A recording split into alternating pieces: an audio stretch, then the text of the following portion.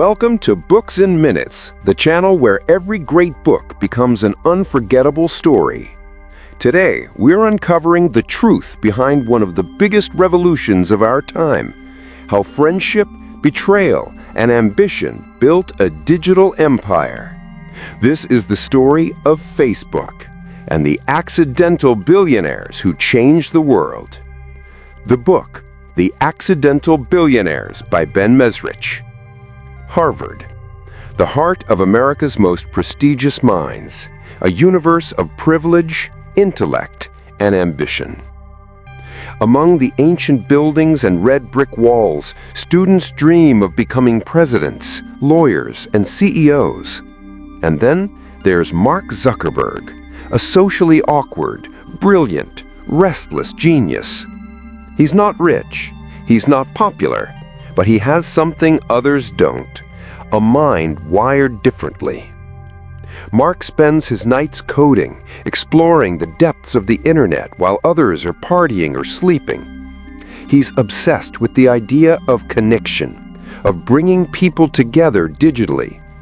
But there's also a loneliness in him, a desire to be seen, to be remembered. One cold night in 2003, after being humiliated by his girlfriend during a date, Mark walks back to his dorm in anger. He opens his laptop, starts typing furiously, and creates something that will shake Harvard to its core: Face Mash. Face Mash allows students to compare two girls' photos and vote on who's more attractive. It spreads through campus like wildfire. Thousands of views within hours. But the fun ends quickly. The Harvard administration shuts it down. Mark is accused of hacking into the university's databases. Yet behind the punishment lies a spark, the realization that people crave social validation and connection online. That night, Face Mash dies, but Facebook is born. Enter Cameron and Tyler Winklevoss, the handsome, athletic twin brothers, and their friend Divya Narendra. They have an idea, a Harvard-only social networking site called Harvard Connection. They approach Mark to help them code it. Mark agrees, but as he listens, another idea begins forming in his mind. He doesn't want to just connect Harvard students, he wants to connect the entire world. While pretending to work with the twins, Mark secretly begins building his own version. He calls it the Facebook, a digital version of the university's Facebooks, where students can post pictures, share details, and interact online. He tells his roommate, Eduardo Saverin, about it. Eduardo, smart and financially savvy, believes in Mark's vision and invests the first $1,000 to get it online. Together, they launched thefacebook.com in early 2004. Within 24 hours, hundreds of Harvard students join. Within a week, everyone is talking about it. Facebook spreads to other Ivy League schools, Yale, Columbia, Stanford. Suddenly, Mark Zuckerberg becomes the most talked about name on campus.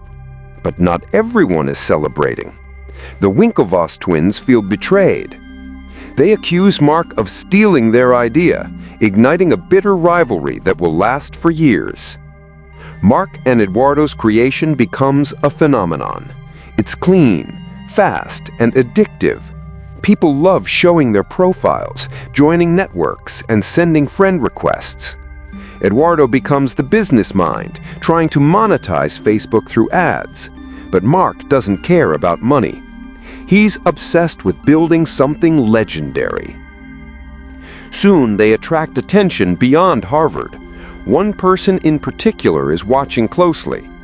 Sean Parker, the wild, charming co-founder of Napster. He'd once shaken the music industry by giving people free access to songs. Now he sees something even bigger in Facebook, a chance to connect humanity itself. When Sean meets Mark, he instantly wins him over. He tells him, drop the, just Facebook. It sounds cleaner. He warns him, don't sell out too early. This isn't just a company. It's a revolution. Mark is mesmerized. He moves to California, leaving Harvard and Eduardo behind. In Palo Alto, Mark and his small team set up Facebook's first office, a rented house filled with pizza boxes, wires, and laptops. The energy is raw, chaotic, brilliant. Sean Parker becomes a constant presence, connecting Mark to venture capitalists and Silicon Valley elites. He teaches Mark how to think big. But Eduardo, still in New York, is left out.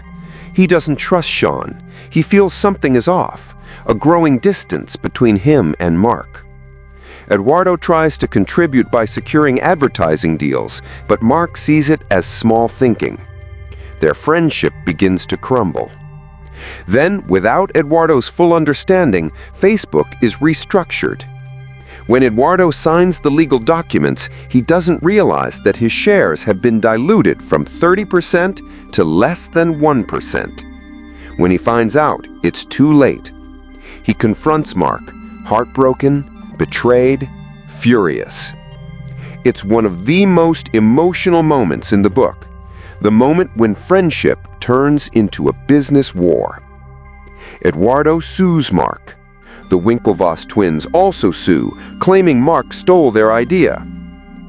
Facebook, now valued in the millions, becomes the center of multiple lawsuits and moral questions. The lawsuits drag on for years. Eventually, Eduardo settles and receives a share of Facebook, one that will later make him a billionaire. The Winklevoss twins also settle for millions of dollars. But Sean Parker gets into legal trouble and fades away from the company.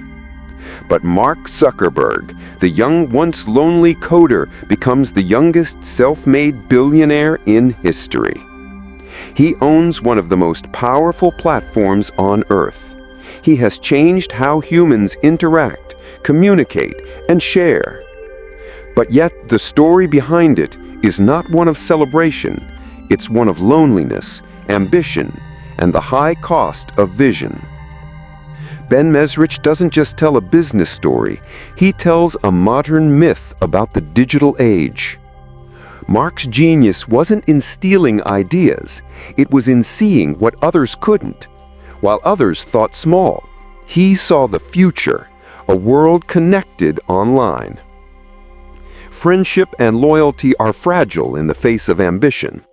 Eduardo and Mark began as friends, but business turned them into enemies. Every empire has a price, and Facebook's price was trust. Was Mark wrong for what he did? Or was he simply doing what all innovators do, breaking rules to change the world? Ben Mezrich leaves that question open for the reader to decide. Ironically, the man who built the world's largest social network often struggled with social connection himself. It's a reminder that technology can connect people, but it can't replace real relationships. Today, Facebook, now Meta, is a trillion-dollar giant shaping communication, politics, business, and culture. But behind that empire lies a simple college story of a boy who wanted to fit in, who wanted to be seen, who wanted to make something people cared about. Mark Zuckerberg didn't set out to become a billionaire. He just wanted to build something cool. And in doing so, he accidentally built the foundation of the 21st century. That was The Accidental Billionaires by Ben Mezrich, the story of how friendship, betrayal, and a simple idea changed the world forever. If you found this story inspiring, hit the like button, share it with your friends, and subscribe to Books in Minutes. Here, we bring you the world's most powerful books told as unforgettable stories.